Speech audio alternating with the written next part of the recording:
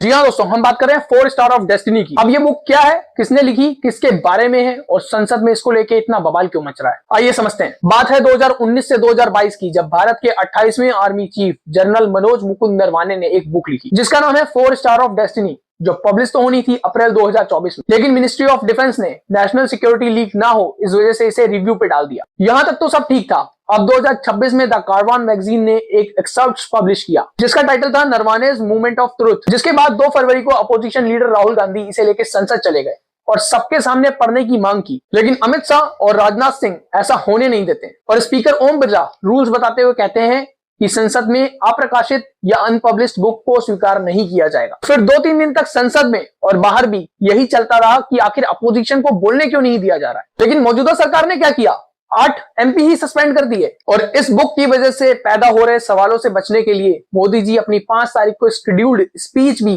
Postpone कर देते हैं। तो अब असली मुद्दा यह है दोस्तों कि ऐसा क्या लिखा है इस बुक में जिसको रिव्यू करने में 2 साल से भी ज्यादा लग रहे हैं और सत्ता में बैठी हुई पार्टी इसे पब्लिश क्यों नहीं होने दे रही। तो दोस्तों अगस्त 2020 में कुछ ऐसा हुआ जिसे नरवाने जी ने अपने कार्यकाल के टाइम पे एक बुक में लिखा। वो लिखते हैं कि 31 अगस्त की शाम ईस्टर्न लद्दाख के कैलाश रेंज के पास कुछ चाइनीज ट्रोप्स दिखे और ये कोई नॉर्मल सिचुएशन नहीं थी दोस्तों, ये गलवान अटैक के आसपास की सिचुएशन थी। और जैसी क्रिटिकल सिचुएशन को समझते हुए उन्होंने डिफेंस मिनिस्ट्री को कॉल किया, क्योंकि आर्मी चीफ होने की वजह से उनका सबसे पहला दायित्व था कि वो सरकार से इस चीज के बारे में पूछें कि शूट करना है या नहीं।